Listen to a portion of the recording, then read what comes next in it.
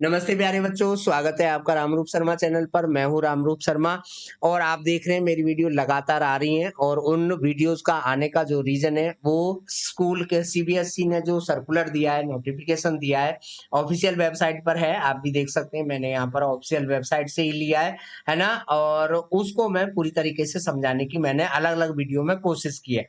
तो हर एक वीडियो को प्रॉपर देखें, है ना। अलग अलग पार्ट्स में मैंने वीडियो बनाई है, क्योंकि अलग-अलग पार्ट्स में अगर नहीं बनाते हैं तो उसको समझना मुश्किल है। सारी वीडियो देखने के बाद में ये जो वीडियो है, ये मैं पूरे के पूरे नोटिफ़िकेशन की एक समरी के रूप में आपको बताना चाहता हूँ। तो सबसे पहले आप ये जानें और जान चुके होंगे कि 14/4/2021 को सीबीएसई बोर्ड ने कोविड की वजह से एग्ज़ाम को कैंसल कर दिया था और ये डिक्लेयर किया था कि उनका रिज़ल्ट बोर्ड बनाएगा और बोर्ड उनके इंटरनल असेसमेंट के बेस पर बनाएगा। ठीक है ना? तो और अगर किसी बच्चे को अपने मार्क्स से सैटिस्फैक्शन नहीं है, तो वो अपने एग्ज़ाम जब भी एग्ज़ाम होंगे, अपने सही टाइम पर, वहाँ पर री-एग्ज़ाम बच्चे दे सकते हैं और वो अपनी सैटिस्फैक्शन कर सकते हैं। अब दूसरा जो वीडियो मैंने बनाया है, वो ये है कि सीबीएसई बोर्ड ने जो कहा था, वो उसे करने में असमर्थ तो मैं नहीं कहूँगा।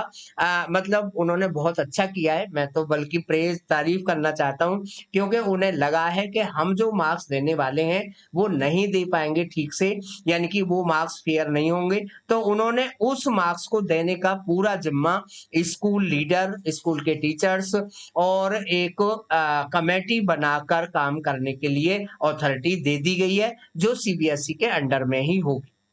ठीक है ना? अथॉरिटी में पहले की तरह ही है कि जो पहले 20 नंबर है वो इंटरनल असेसमेंट में या तो स्कूल ने दे दिए या तो स्कूल 11 जून तक उन मार्क्स को दे देगा। और जो बचे हुए 80 मार्क्स हैं,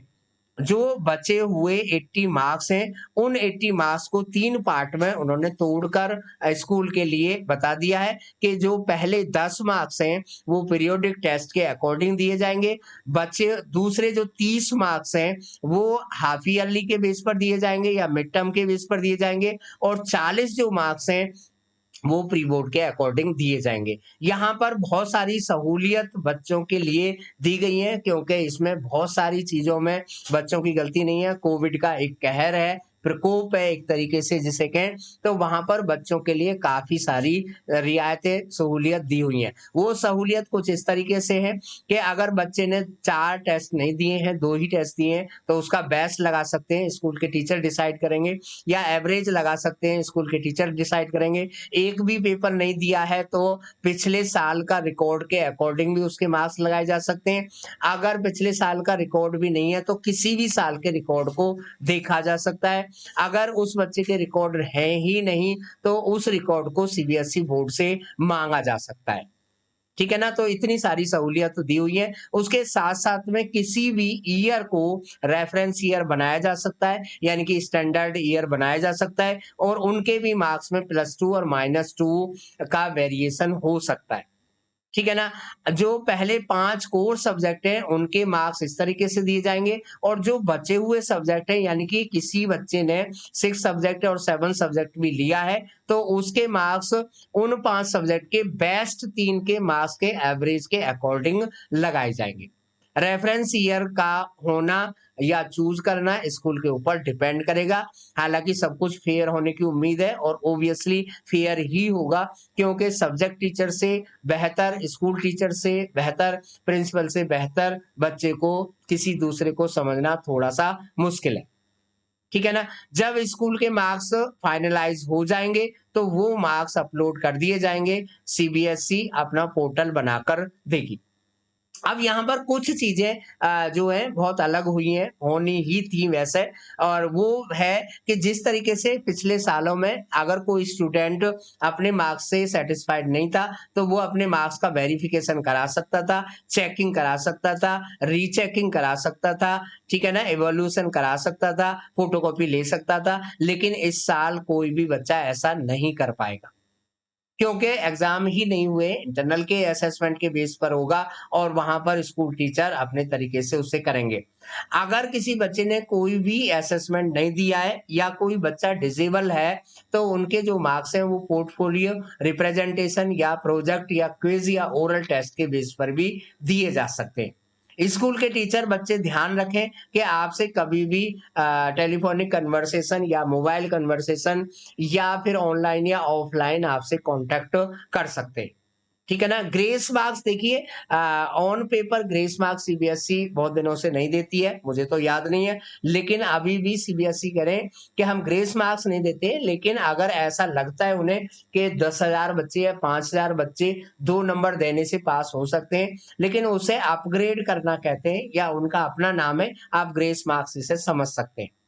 अगर कोई भी बच्चा ग्रेस मार्क्स देने के बावजूद भी कुछ बच्चे पास नहीं होते, तो उसका एग्जाम कंपार्टमेंट की तरह से दोबारा कराने की भी सीबीएसई ने बात इसमें कही गई है।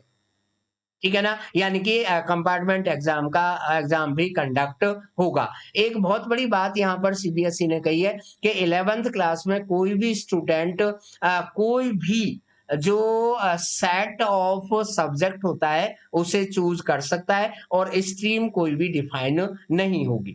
एक फैसिलिटी लास्ट ईयर की तरह फिर दोबारा से बच्चों के लिए प्रोवाइड कर दी है कि अगर किसी बच्चे ने 10th क्लास में बेसिक मैथमेटिक्स लिया था, यानी कि 241 मैथमेटिक्स के लिए अप्लाई किया था, एग्जाम तो हुआ ही नहीं है और उसे पास घोषित कर दिया जाता है, तो वो 11th क्लास में मैथमेटिक्स चूज कर सकता है as the main subject.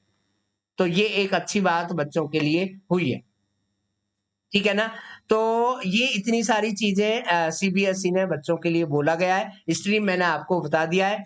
As per the scheme of studies of the board, student are allowed to offer any combination of subject without any streaming, hence school should also follow the same. ठीक है ना? जो बच्चे compartment वाले हैं, यानी कि second compartment chance के जो बच्चे थे या जो पत्राचार से थे या जो प्राइवेट कैंडिडेट थे, वो ठीक ध्यान से सुन लें कि उनके लिए ये जो नोटिफिकेशन है ये वैलिड नहीं है, एप्लीकेबल नहीं है, उनके लिए अलग एक नोटिफिकेशन आएगा, हालांकि इससे भी आपके लिए काफी इजी होगा।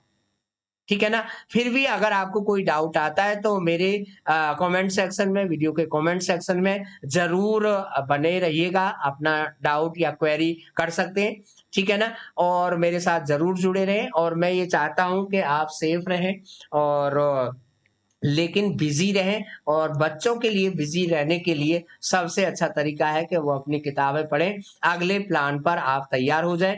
अगर आप कोई हेल्प, कोई मदद स्ट्रीम चेक करने में या कहाँ पढ़ें, कैसे पढ़ें, तो मैं आपकी उसमें भी बहुत मदद कर सकता हूँ। ठीक है ना? और तो ये सारी चीज़ें यहाँ पर एक बहुत बड़ा नोटिफ़िकेशन ये भी है, इंटरनल मॉडरेशन ऑफ मार्क्स किस तरीके से हो सकते हैं, ये चीज़ें भी मैंने आपको रेफरेंस ईयर के अकॉर्डिंग बतानी चाहिए और साथ के साथ जो रिज़ल्ट है वो 20 जून को डिक्लेयर हो जाएगा, इसकी वीडियो भी मैंने डाली है। तो ये सारी समरी मैंने इस वीडियो में डाली है, वीडियो को शेयर ज़रूर करें, बच्चे चैनल को सब्सक्राइब ज़रूर कर दें, मेरे साथ ज़रूर बने रहें, अपना ख़्याल रखें, परिवार का ख़्याल रखें, बुजुर्गों का जरूर ध्यान रखें, ठीक है ना? और अगर आप डिस्टेंस मेंटेन करते हैं तो अपने आप ही बहुत सारे लोगों का आप भला कर रहे हैं, क्योंकि अगर आप किसी से 2 गज दूर हैं तो वो अपने आप ही आपसे 2 गज दूर हो जाएगा। ठीक है? थैंक यू सो मच और ऑल द वेरी बेस्ट।